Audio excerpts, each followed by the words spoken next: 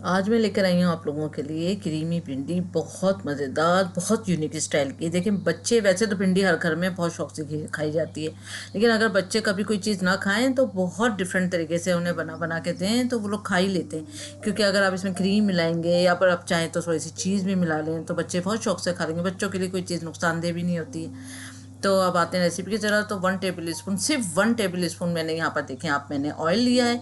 और ये ड्राई भिंडी धो के मैंने इसको ड्राई करा था और फिर इस भिंडी को मैं फ्राई करूँगी। ये 700 ग्राम भिंडी है। इसकी सिर्फ हेड और टेल काटा है मैंने, और जो लंबी थी उसको बीच में से भी काट लिया है। अब ये देखेंगे ड्राई भिंडी है, तो ड्राई भिंडी कभी लेस नहीं छोड़ती है। तो फ्राई करने का मकसद ये होता है ये क्रिस्पी हो जाए। फ्राई करने का मकसद अमूमन ये नहीं होता कि ये लेस नहीं छोड़ती, क्योंकि अगर मैं इसको तेज़ आंच पे कुक कर रही हूँ और 4 मिनट तक मैंने इसको फ्राई करा है तेज़ आंच पे, सिर्फ 1 टेबल स्पून तेल के साथ। तो ये देखिए इसने बिल्कुल लेस नहीं छोड़ा, सिर्फ इसीलिए कि ये बहुत ड्राई भिंडी थी। अगर इसमें ज़रा भी पानी होता ना, इसने फ़ौरन लेस छोड़ देना, चाहे आप इसको कितना ही फ्राई कर लें।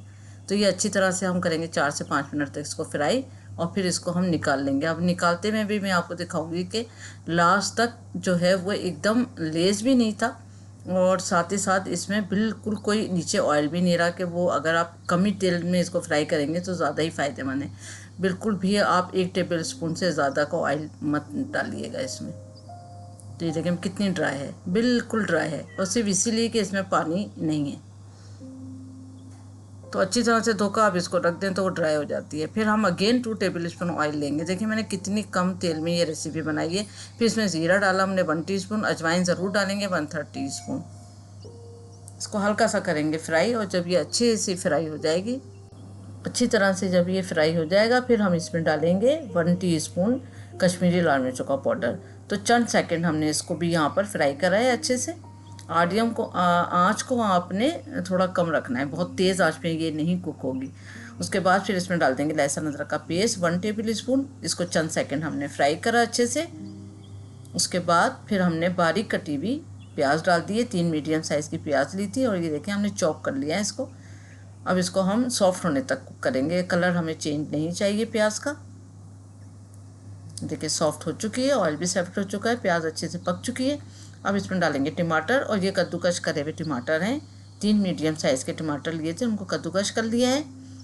पेस्ट नहीं बनाइएगा आप इसका, और ना ही आप इसको बारीक बारीक काटिएगा भी नहीं, इसमें आप कद्दूकशी करके डाल लिए। उसके बाद इसमें हम ड्राई मसाले जाएंगे। नमक 1 टीस्पून, हल्दी पाउडर 1/2 टीस्पून, धनिया पाउडर 1 टीस्पून, गरम मसाले का पाउडर 1/2 टीस्पून।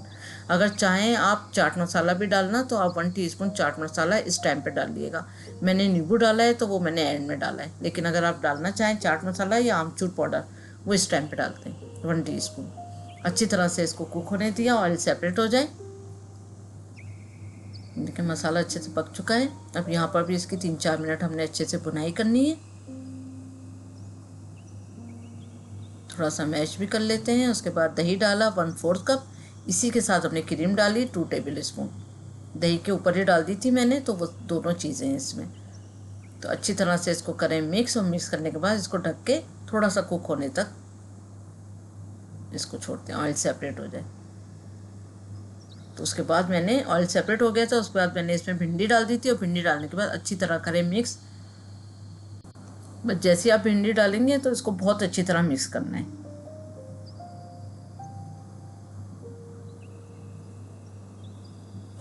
बस उसके बाद डाल देंगे इसमें थोड़ा नींबू, और नींबू निचोड़ने के बाद फिर इसको ढक देंगे, और ढक के हमने 10 मिनट इसको कुक करना है।